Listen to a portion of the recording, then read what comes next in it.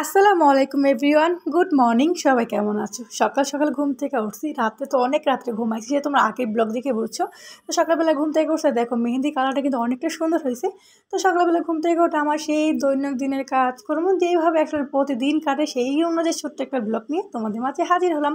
তো চলো, আমি ঘুম থেকে উঠে একটু হাত মুখ ধুয়ে এখন আমি যাব রান্নাঘরে, রান্নাটা শুরু করব। আমি আজকে বের করব চিংড়ি মাছ। তো তোমাদের ভাইয়া তো দেখছিলাম গত দুদিন আগের ভিডিও, তোমাদের ভাই অনেকগুলো মাছ নিয়ে এসেছিলো, তো সেখান থেকে আমি চিংড়ি মাছ আর ইলিশ মাছগুলো কাটা হয়নি। তো আজকে হচ্ছে চিংড়ি মাছ রান্না করবো, সেই হচ্ছে চিংড়ি মাছগুলো বের করলাম। চিংড়ি মাছ দিয়ে কী রান্না করবো? ও, চিংড়ি মাছ রান্না করবো মিষ্টি কুমড়া। তো দেখো চিংড়ি মাছগুলো অনেক বড় বড়, এগুলো হচ্ছে তোমার গলদার চিংড়ি।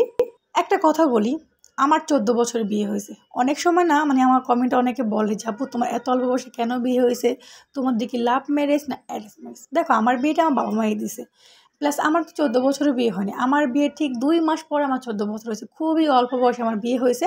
দেখলে আমার বাবা মাই আমাকে বিয়ে দিছে। তো যাই হোক, জীবনটা যেভাবে কাটছে যেভাবেই আছে আলহামদুলিল্লাহ।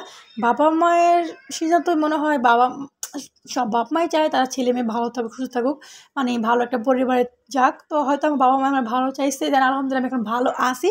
তো যেটা আল্লাহ ভাগ্য লেগেছে ভালোই, যেটা ভালো লেগেছে আল্লাহ সেটা ভালোই হয়েছে আমার জীবনের জন্য। কিন্তু মাঝে মাঝে খুব আফসোস হয় আর কি। এখন বাজে প্রায় 12টা, আমি কোনো রান্নাবাড়ি কিছু করতে পারি না, কারণ চুলে আগুনই নেই, গ্যাসই নেই। তো যার কারণে কিছু করার নেই, এখন হচ্ছে আমাকে ওই কারেন্টের চুলা সেটাই বাই করতে হইব। তো যার কারণে এখানে আসলাম। তো এমনিতে ঘরের সমস্ত কাজ সে শুধু রান্নাবাড়ি বাকি, বাট রান্নাটাই আমার কাছে মনে হয় বেশি ঝামেলার কাজ, কারণ এক হাতে সব কিছু করা তো অনেকটা টাফ। এই যে মাত্র মাছগুলো কাটলাম, জানি এখন যে রান্না করবো, কিন্তু সেই সকাল 9টা বাজে উঠতে একটুখানি ডাল বসেছিলাম চুলাতে, গ্যাসে। সেই ডাল লড়েও না চড়েও না, একই অবস্থা। গ্যাস বাড়বো কি ওটা, গ্যাসটা আরও কমে যেতেছে, যার কারণে কিছু করার নেই। গ্যাস না থাকলে যে কী একটা ঝামেলা, কী একটা কষ্ট। এই চুলাটা আবার বের করো, আবার রান্না করো, আবার রাখো, এমন একটা অবস্থা। ভাল লাগে না, কিচ্ছুই ভাল লাগে না। 12টা বাজে, এখন আমি রান্নাবাড়ি কিছু করতে পারলাম না। আজকে রান্না করতে করতে আমার মনে হয় 2টাই বাজবো। তো চলো এখন রান্নাবাড়ি শুরু করে দেই, তাড়াতাড়ি করে রান্না করতে হইব।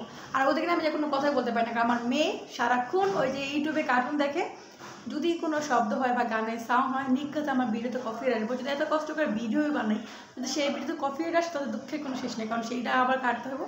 আর যদি কোনো ভিডিও কাটি, সেক্ষেত্রে আবার চ্যানেলে লালবাতি পুরো ধরাই দিব। সব থেকে শুধু প্যারা আর প্যারা, এখানেই শেষ কথা, কারণ ওইখানে যাই কোনো কথা বলতে পারবো না। আমার মেয়ে ওখানে গান দেখতেছি। আজকে রান্না করতে খুবই কষ্ট হয়েছে, কারণ হচ্ছে এই যে আমার চুলে আগুন নাই, আজকে রান্না করতে এইভাবে। তো যেটা বলতেছিলাম, 14 বছর বিয়ে হয়েছে, বাবা মাই দিছে, বাট আমার না ওই যখন কেউ কারোর কাছে বলে 14 বছর বিয়ে হয়েছে, অল্প বয়সে বিয়ে হয়েছে, আমার এত অল্প বয়সে বিয়ে হয়েছে, আমার স্কুল লাইফটাই নষ্ট হয়ে গেছে, লেখাপড়ার তো নষ্ট হয়েছে, জীবনে কলেজের মুখটাও দেখলাম না, এত অল্প বয়সে আমার বাবা মাকে বিয়ে দিছে। তো যাই হোক, এখন আলহামদুলিল্লাহ যেভাবে আছি ভালোই আছি।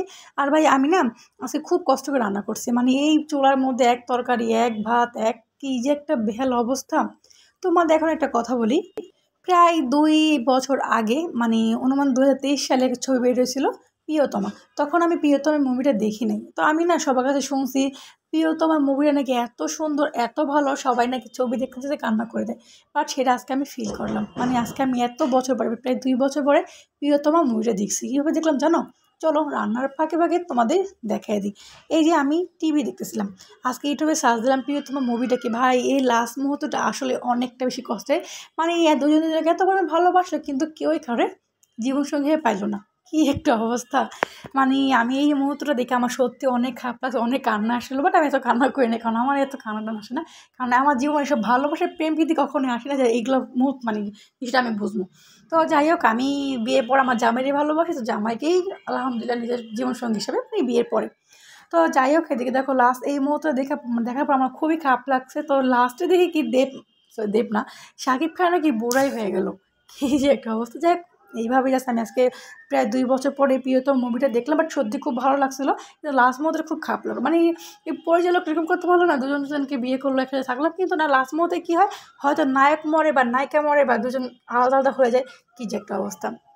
এদিকে তো আমার ছেলে মেয়ে আনন্দ করতেছিল, আর আমি তো দুপুর রান্না টান্না করার পরে খাওয়ার পরে প্রায় 2 ঘন্টা লাগে ইউটিউবে ছবিটি দেখলাম। আজকে দিন মানে বিকেলবেলা শুইলাম না। তো যাই হোক, যতটুকু পারলাম শেয়ার করলাম। সো দেখা হচ্ছে নেক্সট ভিডিও। তার একটু পর তো বিয়ের প্রোগ্রাম, সেখানে আবার যাওয়া লাগবে।